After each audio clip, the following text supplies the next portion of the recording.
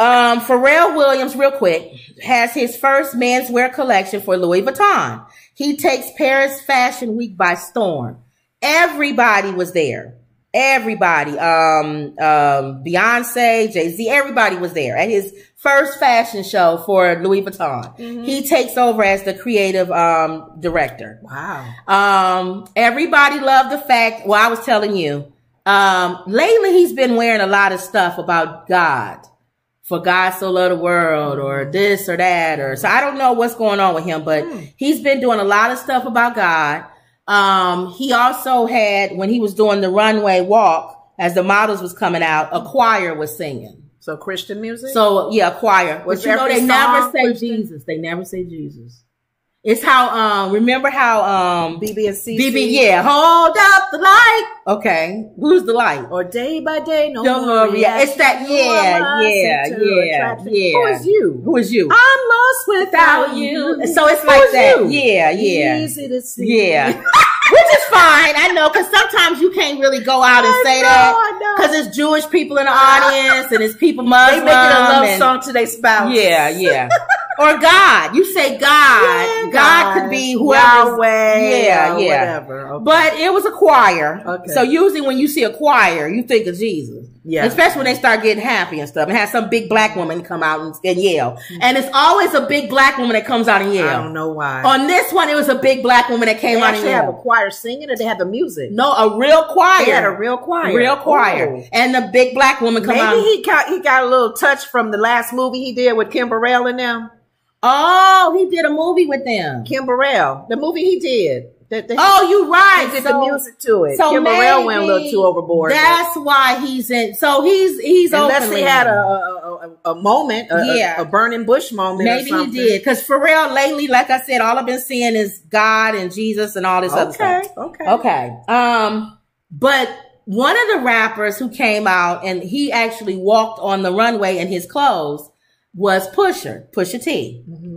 And when Pusha T came out, they played his song.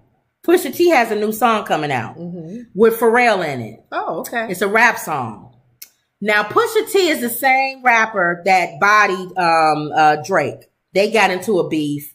And you don't want to get in a beef with Pusha T because he'll body you. He's good with his words. Ooh. Yeah, he'll slam you on the ground and bust your head wide open. Oh, with his words. So Drake tried to come back. Leave it alone, Drake. You're not a battle rapper. Okay. And Pusha T came back and bodied him. Talked about he got a son that he don't even see and all this other stuff. Ooh, forced him to come out and had to reveal his son. He had a hidden son in Paris. Oh, he tell on you. So in this song, Pusha T goes after Jim Jones, another rapper in New York.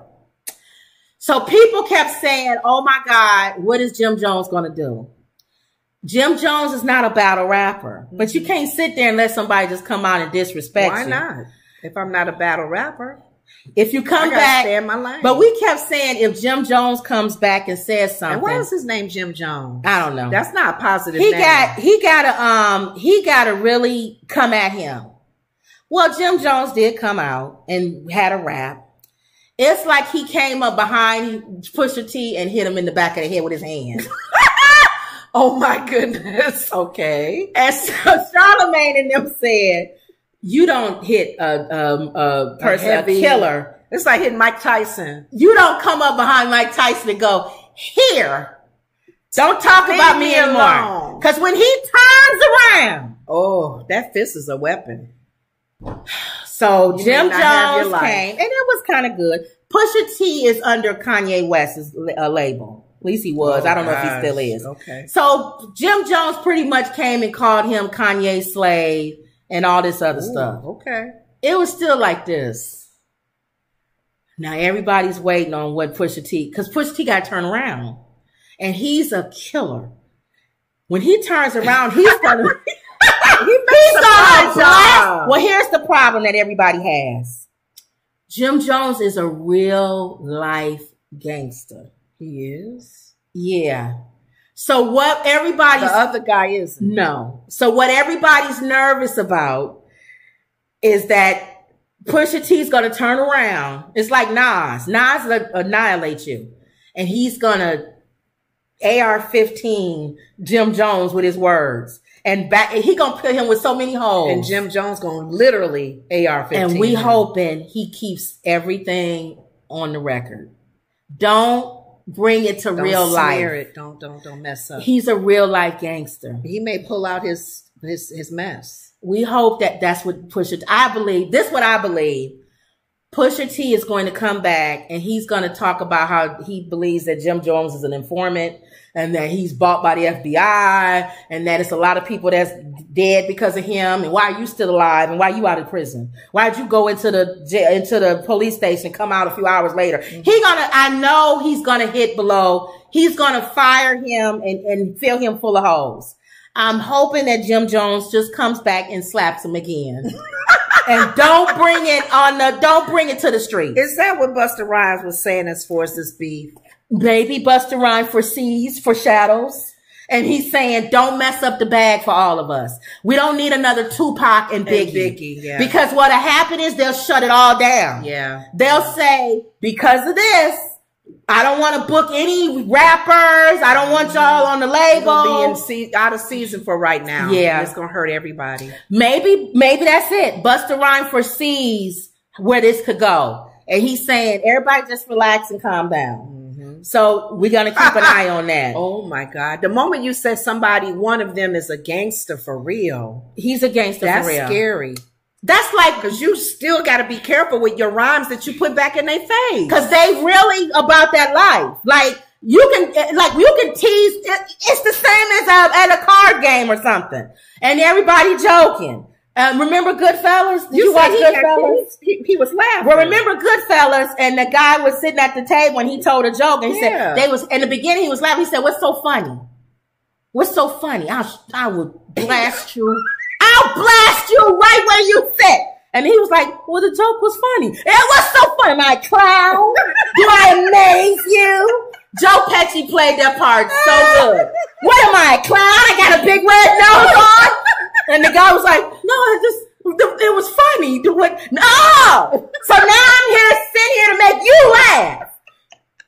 You better hope I don't take you back there and blast you. The man was so nervous. He goes, I'm just joking. And then they all start laughing. He goes, no, I'm not. And it was all God. Oh, no. The man was so nervous. Took his life, though, did he? No, well, not that guy. Okay. Well, no. The young man. The man laughing. Took his life. Well, it was a young guy who was a waiter. Yeah, did you see Goodfellas? No. Oh, never. I don't want to. The beginning of Goodfellas. It don't matter if you tell me. At the beginning of Goodfellas, there was so much profanity I couldn't watch. Joe Pesci would shoot you where you stand. Ooh. He's in the movie, a real life gangster. Okay. And this movie was supposed to be real life. It's after real life people. What's his name was telling the story. That reminds me of when The Sopranos. Who was it that was driving with the person and was going to actually take them to kill them? That's Goodfellas. No, it wasn't Goodfellas. It was Sopranos. Well, they got it from Goodfellas. Did they? Which they got it from they were driving, and then he realized they was taking him. You got it. That's scary, isn't it? Well, but you keep driving. You driving. We're supposed to be going on somebody's house and laughing, and all of a sudden we still driving. He's like, "Y'all getting ready to get rid of me? Ready to get rid of me?" Yeah. And then they would say, "Can you make it quick?" Yeah, we'll make it quick. Yeah, Joey. I remember that. That was sad. That was mafia style. That we'll man make it knew quick. He was going. That's why I got mad when John Gotti's daughter called us animals. Yeah, that was mean. How dare you call black people animals and y'all taking people out and getting rid of them? Cement Your shoes. Dad. But anyway. You said cement I'm going to put you, I used to say it all the time. I'm going to fit you with some cement shoes. Oh my goodness. All right, well, that's the end of that. So we're hoping, everybody's praying, everybody's hoping. You went over time. I want to see you talk the rest of this. Well, stuff. we are. We're all praying and hoping that it don't go off wax. Everybody's oh man. Mike said hi. Wendy says, hey girls, hey Mike. They're called, she's talking about seat fillers. The people at the BET Awards. They ghetto. They get paid to sit there and they was so ghetto. What they do? Just call the talent agency. Bring every ghetto person on your roster. Send them to the BET Awards. Layla Morris says that the Tell It Like It Is women back at it again. How y'all doing? Hey, what's up? Hey. Ronnie Marshall says 45 said he has done nothing ever to ask God's forgiveness for. Comb over. He lying right there. We all have done something. We've all have sinned. Thank you. And fall short of the glory. I'm not gonna get into the whole Remy and Papoose, but Remy has a rap artist, a man, and apparently people were saying that she